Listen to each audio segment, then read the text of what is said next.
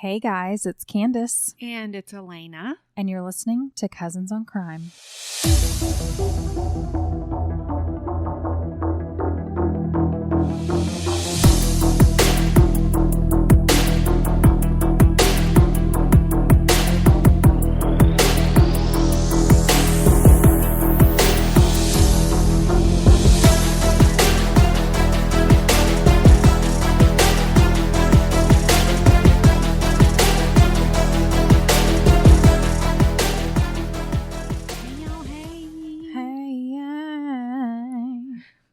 I'm about to have a really sexy voice because I feel like I'm getting sick. Oh, of course you are, right before your trip. Well, it's better that way, isn't it? I feel like I should go licking children at the preschool. Okay. Just to get it over with, because I feel like when I get there, I'll probably get sick. I usually do. I'm sure their parents won't mind. Yeah. I'm just taking your child's lurky. Don't worry. Yeah, so I started sniffling last night. And I'm just like, oh, good. Here it comes. Well, you got your vitamin C and all that? I got my vitamin seed, as the girls call it. Vitamin seed. Yes, I do. And yeah, I'll be pounding elderberry. That. Yeah. You know what I need to do is get an IV. One of those vitamin ID. Yes, that. Vitamin IDs. What? What is wrong with me?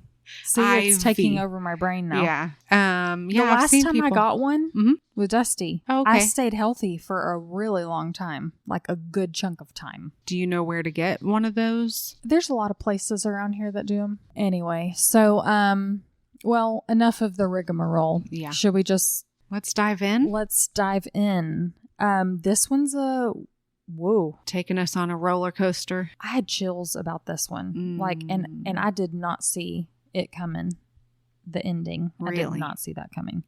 So, buckle up. It was November 8th. It was November 8th, 1999. Two maintenance workers at Memorial Hospital in Colorado Springs were doing some work in like a secluded part of the hospital when they made a gruesome discovery. Ooh. They'd gone up to the 8th floor to service an elevator or something. It's kind of unclear like what exactly they were doing because, I mean, they're maintenance men. They've got all these kinds of things to do. Sure. But as they entered the area, they smelled this foul smell. And the area of the hospital that they were in was under construction. And it was adjacent to like the helipad on top of the hospital building. So access was very limited to this floor anyways. Only people who were doing work in there had keys to the floor. So it wasn't like there's patients up there and there's no. And it wasn't like someone would have just not taken out the trash because it wasn't a functioning area of the hospital. So they were like, maybe an animal got in or something and just died in a corner. Well, they finished up what they were doing. And when they headed back downstairs to leave, they smelled it again. Oh. And it was really strong right in the area, like at the base of the stairs. So they decided to check it out. Yeah. One of the men walked around to the back of the stairs and he saw a body wrapped in a sheet of plastic secured with duct tape. Oh. Ooh. Think of like in a horror movie when they kill somebody and wrap them in plastic and then duct tape their head and their feet. That's it. Yeah, you gave me a picture that I don't like. I know. Okay. It wouldn't take them long, though, to surmise who that person was. Because you see, there was a young hospital employee that had gone missing 3 days before on November 5th. So 23-year-old Jennifer Lee Watkins was one of 4 children. She was especially close to her younger brother. And in high school, she loved spending time with her friends and playing the clarinet and band. Lena reads, am I right? She used to have this little like compartment of reeds, and I always thought it was so cool. Like there was this little box of reeds. Anyway, back to the story. When she graduated from Hanover High School, she attended Barnes Business College, and that's where she reconnected with someone from her childhood, a guy named Michael Watkins. Her mother, Irene, was not really a fan of Michael. I think they knew each other in grade school, and she just felt like the minute Jennifer and Michael moved in together, it was toxic from the word go. Oh, no. But they married and had 2 children, as you do. Sure. Michael got a job at Memorial Hospital in Colorado Springs in housekeeping, and he also did some maintenance work there too. In high school, Jennifer really wanted to be a nurse. Like, that was just her high school dream. So she thought, what a great career move if I worked there too and just got like my foot in the door. Right. Working in a hospital environment. It didn't really matter what she was doing. She didn't really care where she started out, as long as she could rub shoulders with the, physicians and the nurses and kind of work her way up. Yeah, exactly. Network. Yeah. So she began working in food services. Not the most glamorous position, but she had a great attitude and was really well liked by her coworkers. She was really friendly with her coworkers and the patients, and no one had a bad thing to say about her.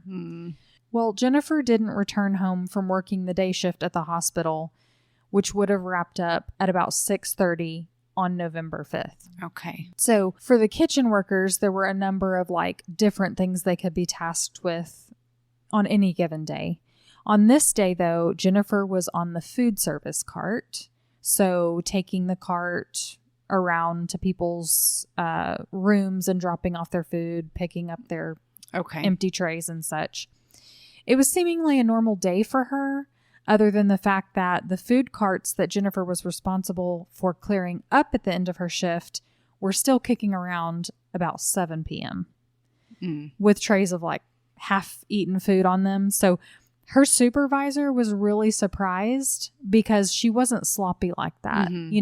She was meant to leave at 6:30, yet the carts were still all out and gross. Yeah, she wanted to do a good job so that she could be seen. And he knew that wasn't like her. Right. So he was like, well, she's gone. So he presumed she was gone home. So he and some of the other coworkers cleaned up the carts and trays and moved on with the night shift duties. They didn't give it another thought, really. But Jennifer hadn't gone home, because when Jennifer's husband Michael woke up to get ready for work, she wasn't there. Michael worked the night shift, so he'd usually sleep during the day while Jennifer was at work until about 8 p.m. when he'd get up and get ready for work. So he admitted that on that night he overslept and he didn't wake up till about 8:30. But he was surprised when he woke up and Jennifer and the kids weren't home. So he called his mother-in-law, who kept their kids during the day, to see if Jennifer was there or had been there to pick up the kids. Right. But she hadn't. Her mother still had the children. And was she concerned about that? Was that I think it was one of those things where she was just like, well, we'll give her some more time to get here. And maybe they just asked her to work late. Yeah. And I don't think she was concerned until Michael called and said, have you seen Jennifer? So they called the hospital. And they were like, is she still there? Is she working late? Is she covering for someone maybe? And they found out that she wasn't there. So they called the police immediately and reported her missing. She wouldn't miss picking up her kids. That was the kicker right there. Yeah. That was the thing. It's okay to say, oh, someone's running late, but without a call. Right. To say, hey, I'm going to run by the grocery store. Exactly. They just knew it wasn't like her, and they were like, something's the matter. So thanks to Jennifer's husband, Michael, police learned that Jennifer's car was actually still at the hospital in the off-site parking lot where the employees routinely parked near the intersection of Printers Parkway and East Peak Avenue. Michael and her mother were hands-on from the word go. They were just, let's find her. Yeah. So I think that's probably what happened. They drove up there and saw her car. And that's how police found out. But unfortunately, a search of the vehicle didn't yield any information as to where she could be. The fact that her car was still at the hospital and those food carts having been left out actually suggested that she went missing during her shift. Yeah. So they really tried to focus on the hospital. Where is she? In the hospital, you know? So while authorities were conducting interviews with hospital personnel, from admin to surgeons, housekeeping to directors. Michael was up in the hospital himself, and he was mad. Oh. He's like, y'all need to go look around and find my wife. Yes, please. There are only so many places she could be. And he also said some weird things like, have y'all looked in places where someone would dump a dead body? What? Yeah.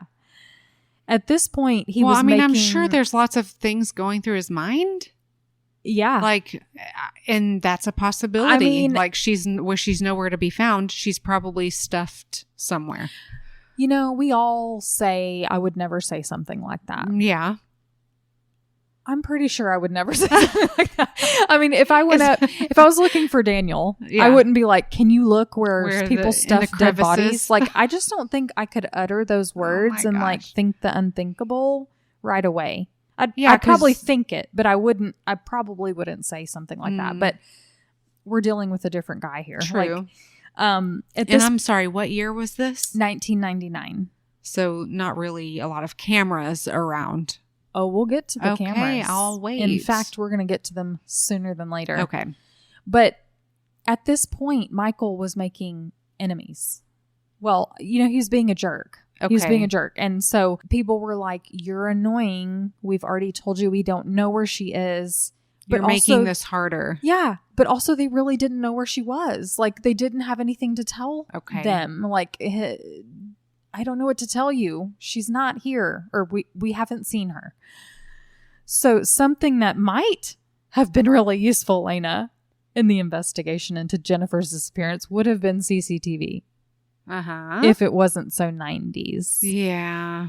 There were cameras. Okay. All over the hospital. Well, let's review them. In every hallway, every floor, every wing. But the footage was absolutely useless. Why? The images were so bad that you couldn't really tell who was even a man or a woman or an alien. Oh, no. You certainly couldn't identify who Jennifer was in the videos. So you couldn't identify where she'd been. Oh, man. Did they know their cameras were not very good? You know, that's the thing. I wonder, like, when people are setting up shop. Yeah. You know, they're like, I'll just take the lowest package you have for the cameras. Like, we're never going to need them. Yeah. Well, we're never going to need them. Yeah.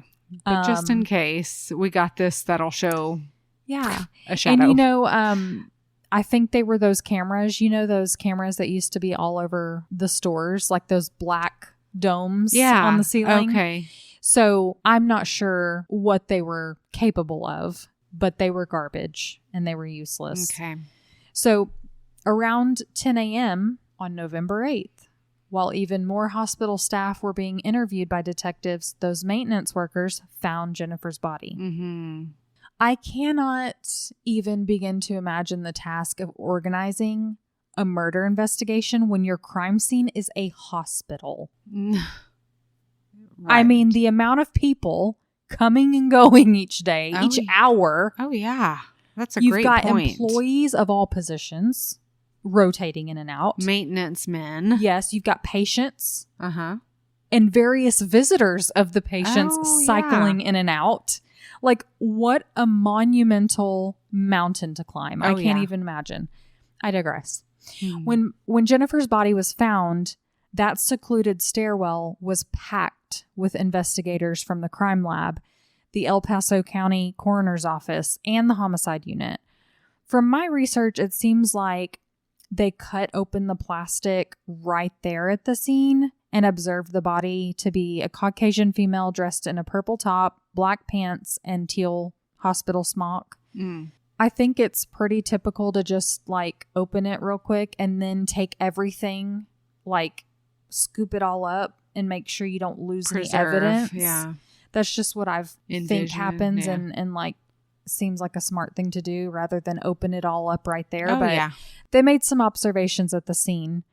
Her clothing had been jostled around and her pants were pulled down, insinuating a sexual assault. Dr. David Bowerman, the El Paso County coroner, positively identified the body as Jennifer Watkins, and it was clear that she had been murdered by means of blunt force trauma to the head. because they suspected that sexual assault. A rape kit was performed, and they did find semen inside of Jennifer's body. Oh. Something else that was interesting that may or may not have contributed to her death was actually that she had a previous head injury. Like, I don't know if it was years before, months before, but she had sort of like a soft spot on the back of her skull. It was like a weaker area of her skull. I couldn't find anything to suggest that this was an area of significance, like this was the area that was hit and caused her death. But I just thought that was a really interesting piece. Yeah. So the plastic sheeting that Jennifer's body was wrapped in was also thoroughly examined. Some fibers and hairs were found inside, as well as a yellow, white stain, which turned out to be semen. Oh, goodness. They also found semen on Jennifer's pants, which matched the semen found on the plastic sheeting. Surprisingly, though, the DNA profile from Jennifer's body did not match the profile found on the pants and the plastic. Okay. So there were two distinct male contributors. No way. Yeah. Authorities still had so many questions, who being the most obvious one, but also Jennifer didn't have access to the 8th floor. And besides, she had no reason to be there. It's not like she was taking food to anyone. You know what I mean? Like, nobody was in there. No patients were in there. So why was she there? How did she get in there? Yeah. I'm trying to envision her last moments. Like, how could... Yeah. And the only people with keys to that restricted area were people that needed to get to that helipad or the maintenance men. But the maintenance men had keys to all areas of the hospital. I mean, so they just started with the maintenance men. All those maintenance men were interviewed and pretty much cleared right away. Those that worked the day Jennifer was murdered seemed to have somewhat of a log of what they had been doing at the time, like a full day of stuff that they had been doing. Okay. So I don't know what they used to clear them, but they moved on pretty quickly from the maintenance. Or, I mean, did they say what time they left for the day? Like, I don't have details about those statements or anything like that. It just seemed like, there was nothing remarkable there, you know? Okay. Then there was this one guy that also worked in food services that they looked at. His name was Curtis Burchard. He had a criminal record. He was on probation for a murder that he claimed was self-defense. What? Yeah. So when Jennifer went missing and before she was found, Curtis made a hasty exit out of Colorado Springs and didn't even pick up his most recent paycheck. Oh, bye y'all. Right. He even left some of the things behind in the hotel he was living in. And can I just say... next time I'm in the hospital, I'll be side-eyeing the person who brings me my food. If that's how y'all gonna play it. Okay, if y'all gonna be employing convicted people who are on probation for murder. Just saying. I mean, right? Like, was he... Anywho. What in the world? So, Curtis seems like the guy.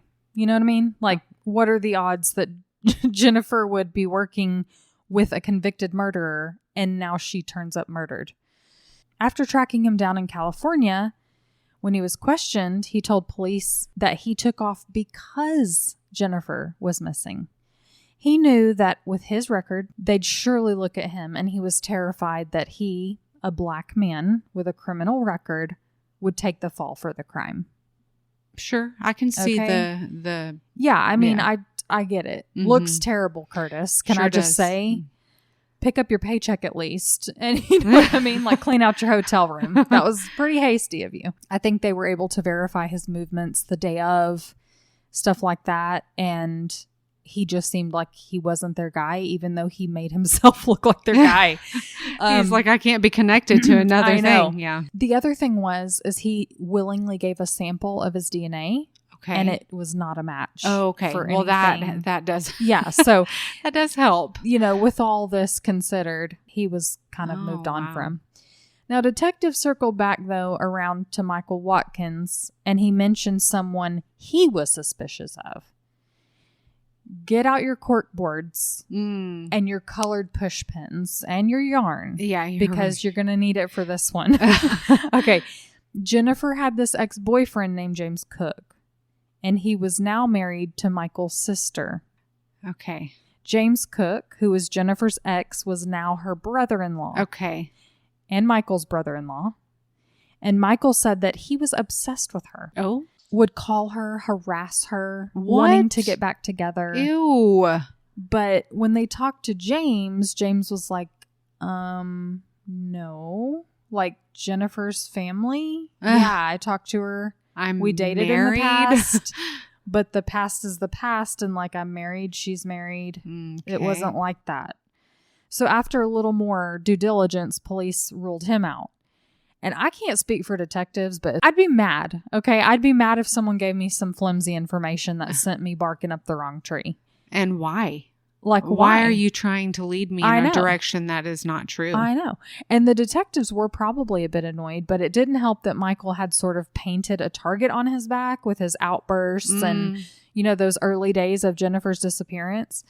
Then there were those comments about checking any corner of a hospital where a body could be dumped. And that was before her body was found. Dumped in a secluded part of the hospital. But now, Michael's pointing the investigation away from himself. Yeah. So they got Michael in for another interview. Yeah. They're like, why are you lying to us, Michael? What's with this insecurity about James Cook? Well, maybe this was why. Jennifer's coworkers and her own mother told investigators that Jennifer and her husband didn't have a good relationship. You remember that toxic beginning? Well, it was just downhill from there. Okay. Michael had a bit of a hair trigger temper, and he could be really volatile. He was combative with Jennifer's family and coworkers during those early days of the investigation. I think they were side-eyeing him, and he was being real defensive about that. And detectives also found it difficult to talk to him because he was such a hothead, I can see that. Yeah, and at the time of Jennifer's murder, Michael was on probation for an incident with a pellet gun. Now, I don't know the details of this. Whatever it was serious enough for him to be on probation for it. Okay. So there was a conviction, a punishment, and he was on probation. So I don't know. Some kind of aggravated assault. I don't know. With a pellet gun? I don't know. And actually, Jennifer had driven Michael to and from his appointment with his probation officer that day that she went missing. And it made her late to work that day. Oh. So, and let's not forget, Michael works at the hospital. Yeah. Where Jennifer went missing. And so he's supposedly at home asleep when she goes missing, but who can verify that? Nobody else was there. Mm-hmm. He told police that both he and Jennifer had affairs at one point or another. Okay. But he swore he didn't and wouldn't kill his wife. He wouldn't take his children's mother away from them. Now, it was true that Jennifer had cheated on her husband. She'd become extremely unhappy in her marriage, which, by the way, people, is not a reason to cheat. But she was just done. She really was. She had one foot out the door. And with this new job of hers at the hospital, she was finally making money of her own. Oh, okay. And that gave her this like independence and autonomy that she'd long since forgot about. Jennifer was looking forward to saving up her money and getting stable enough to get her own place and leave Michael. Maybe Michael knew she was going to leave him and he stopped her. Yeah. Now, he sure did move on quickly immediately after Jennifer died because he started dating this woman named Crystal. Why do they always do that? After Jennifer's body was... I swear a man cannot stay single. Why do they always do that? A man cannot be alone. Like... Daniel. Yeah. Okay? Daniel, moving on. Yeah. When I die. I'm not going to let that happen. I will haunt. There's plenty of people in our family to help take care of them kids. You do not need a woman, okay? Bye. Anyway. So all of this circumstance amounted to a convincing enough molehill for the police to really scrutinize Michael a bit more. Mm-hmm. Now, police secured a search warrant and headed over to the Watkins home, ready for some answers. They're like, this is it. We're going to find something here. Everything looked pretty normal on the surface. The house was unremarkable. Now, while searching through some of Michael's clothing, they found some pants with a dark stain on them, which they believed to be blood. And that was really the only thing that raised their eyebrows in that search. But after analysis, the stain, although proven to be blood, was just Michael's blood. Okay. What was his did he cut himself? I don't know. I mean, he worked in the hospital. He was doing like housekeeping and he did do maintenance stuff at the hospital. So could have been any of those things. Michael was asked to take a polygraph. And at this point in the investigation, where he started out being really angry and hostile with the detectives, he was starting to soften up now. And he agreed to take a polygraph and he passed. I think he was like, whoa. Mm-hmm. Y'all are looking at me. So he became more cooperative at that point. And I'm not going to say that investigators cleared Michael at this point because there was just so much about him that felt like red flag after red flag, but they truly had nothing to connect him with his wife's murder. Even the circumstantial evidence didn't paint a picture of Michael being the killer. It wasn't long after Michael passed that polygraph that the case pretty much became stagnant. Ugh. Months had passed and even more months followed and then years. No. Yeah. Jennifer's family longed for answers and justice. And those hospital employees probably had a chill going down their spine every time they arrived for work at their shift. Yeah. Do they have to look behind their shoulders? Right. Like this killer could still be working here. And they did believe that it was someone, likely an employee, that had killed her. Otherwise, how would they have accessed that area of the building? I imagine the sense of safety of the hospital was ruined. Yeah. Like, I always feel safe in a hospital, don't you? Yeah. I mean, they have security. Yeah. And like my girls, when they were having their surgeries and I spent the night at the hospital, like the nurses coming in and out. Like, I just feel like there's so many people about that the chances of something bad happening, I always feel safe in a hospital. Well, these days, like I work for a hospital system and even I work from home, but even I have to go through like active shooter trainings and stuff like that. So yeah, I mean, these days it seems like there's a lot more precaution. But in the 90s, right. Yeah. I mean, I just can't imagine having to go to work every day, not knowing for years. Yeah. I wonder if a lot of people was like, oh, I'm going to transfer to another hospital. But in 2017, cold case detectives took another look at this case file.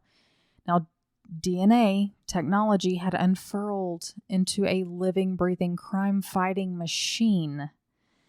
Though CODIS was operational in 1998, it wasn't beefy, like in 1999 when they needed it to be beefy. I feel like CODIS is only as good as the number of profiles that you have on file, right? So by 2017, CODIS was beefy. Yeah. And they got a hit on one of the semen profiles left on Jennifer's remains. The semen found inside Jennifer's body. Okay. It belonged to her husband. Well, Michael Watkins. Of course. And so they were like, okay. So they went and talked to him and he was like, yeah, I was married to her and we did have sex. Yeah. I mean, he's like, we had sex a couple days before, she went missing and there was still love there. It's just because we were not really friendly. Yeah. We shared a bed. I saw that coming, really. Yeah. So Michael couldn't help shed light, though, on who that other profile belonged to. He's like, I don't know. The owner of that other profile wasn't in CODIS. So how to find him? Well, science. Cece Moore at Parabon Nanolabs is a hero. Oh, Cece. I just want to invite her over for dinner and just talk to her for hours. If you're listening, contact us. I mean, she's been on so many shows and helped crack so many cold cases. through genetic genealogy. Yeah. In 2018, Cece and her team were able to create a profile using phenotyping, which is done, if you don't know, using DNA profile to produce a physical rendering of the individual that DNA belongs to. Now, a sketch was generated, and the killer was presumed to be about 25 years old, of northern eastern descent, with fair skin and fair hair and blue or green eyes. Oh, that is really cool. Yeah. And I say killer because now they believed that other DNA profile did belong to the killer. The DNA wasn't found in Jennifer's body. It was found on her pants, on the plastic. So it's starting to seem like, yeah, Michael wasn't the guy, because you know what I mean? Yeah, like, who else? If this is a whole nother profile and it was on the plastic she was wrapped in, yeah, that's the killer, right? They released a sketch to the public in 2018 of this rendering that they got, and I'll post it on our Patreon for your viewing pleasure. But another year passed with no tips relating to this Parabon rendering. But it wasn't Cece's first rodeo, okay? She was like, I don't even need this picture, okay? By August of 2020, when we were all searching for toilet paper, after using familial DNA submissions to build out a family tree, they matched the DNA to someone that had family in Colorado Springs back in 1999. Okay. Now, through a process of elimination, they identified a man named Ricky Sievert as being the likely contributor. Who? Yeah, who's Ricky?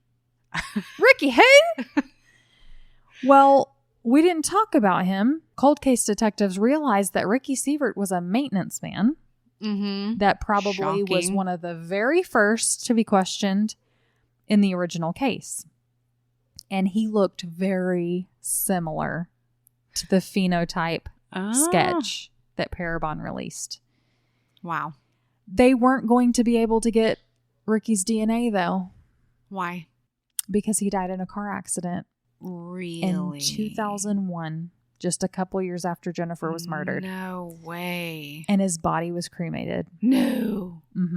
The only way to get a match now was to find a direct relative.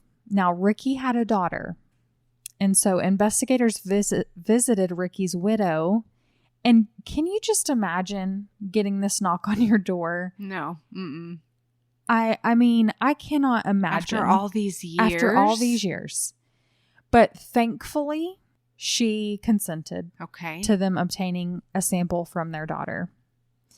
And the daughter's DNA was a familial match to the semen found on Jennifer's body. Wow. A press release said, quote, in September 2020, CBI conducted an analysis of the DNA and determined that the percentage of the population that can be excluded as a contributor of the DNA collected in this case is 99.99994%. Mr. Sievert cannot be excluded, end quote. And with that, they closed the case and classified it as, quote, exceptionally cleared / death of offender, end quote. Now, Colorado Springs Police Department Chief Vince Niski said, quote, after all these years, we are grateful to finally give Jennifer Watkins' family the answers they deserve. No matter the length of time, we will always work to serve this community, and I'm proud of all the cold case detectives throughout the last 21 years who have never stopped working for Miss Watkins. Not for one moment did they ever lose sight of what was most important, finding the truth for the Watkins family. And thank you to our partners. We would not have been able to solve this case without your time, skill, and dedication. I assume they're talking about Parabon. Oh, yeah. Really, why is the mystery here?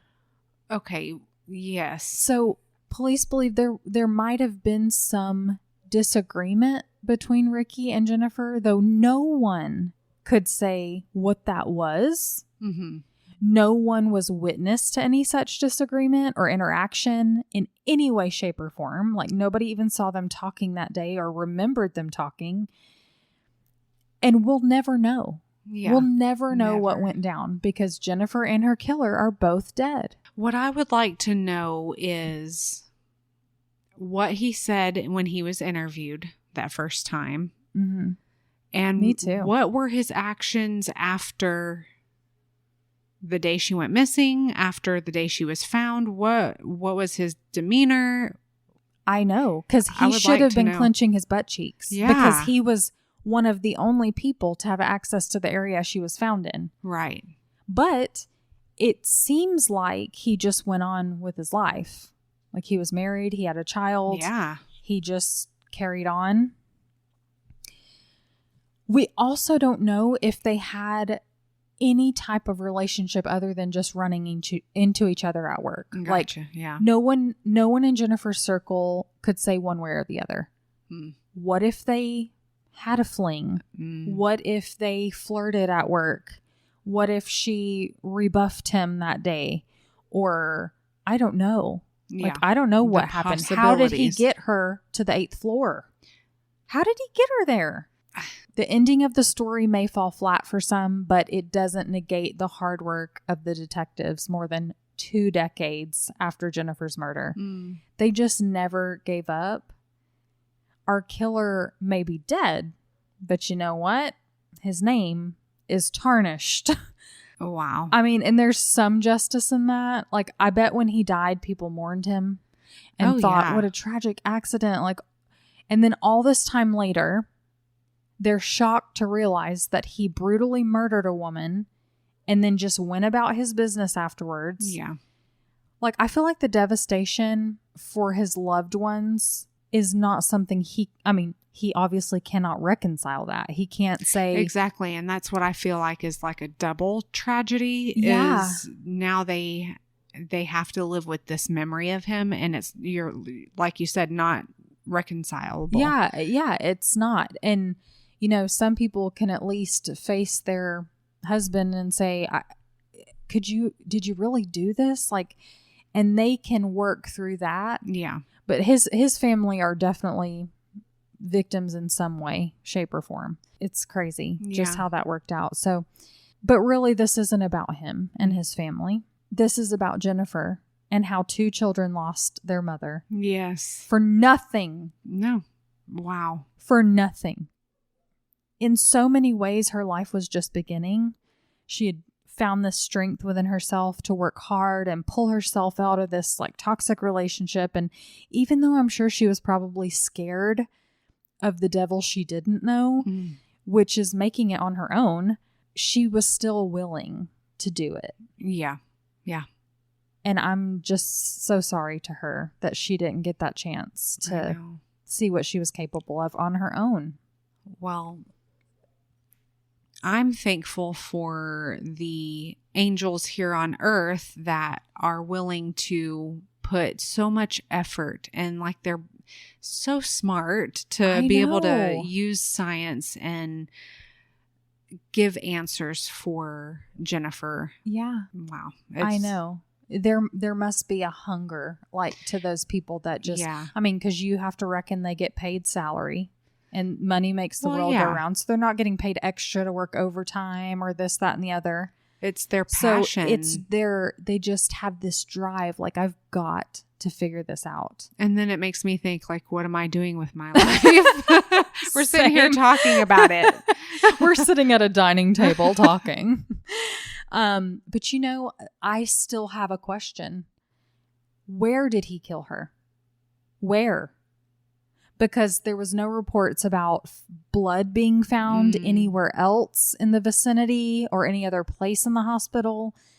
Was there? And they just chalked it up to, I mean, it's a hospital. You've got biological fluids being spewed about every day all over the place. Like, do you know what I'm saying? Yeah. Like, no. And did he lay out the plastic and be like, get on? I mean, because I'm going to beat you now. Well, I don't want to accuse her of anything and tarnish her memory. Right. But I mean, if she did go meet up with him, she probably went up there, met him. Yeah. And maybe got on the plastic. I mean, it's a maintenance area. It's a construction site. Secluded. But you know what else? But she left all those carts out. I just feel like she would have been, let me put this stuff away and I'll meet you in like 5 minutes. You know what I mean? Like, it seems like if she was being clandestine, she wouldn't have left a trail of the fact that she was missing. You know what I mean? Yeah. Like, I don't know, but maybe you're right. Maybe she thought she'd only be gone for 15 minutes and she'd be right back. And, you know, we just don't know. Yeah. We will never know. And that is the wild thing about it. Yeah. So. Well, goodness. May you rest in peace. Thank you for telling her story.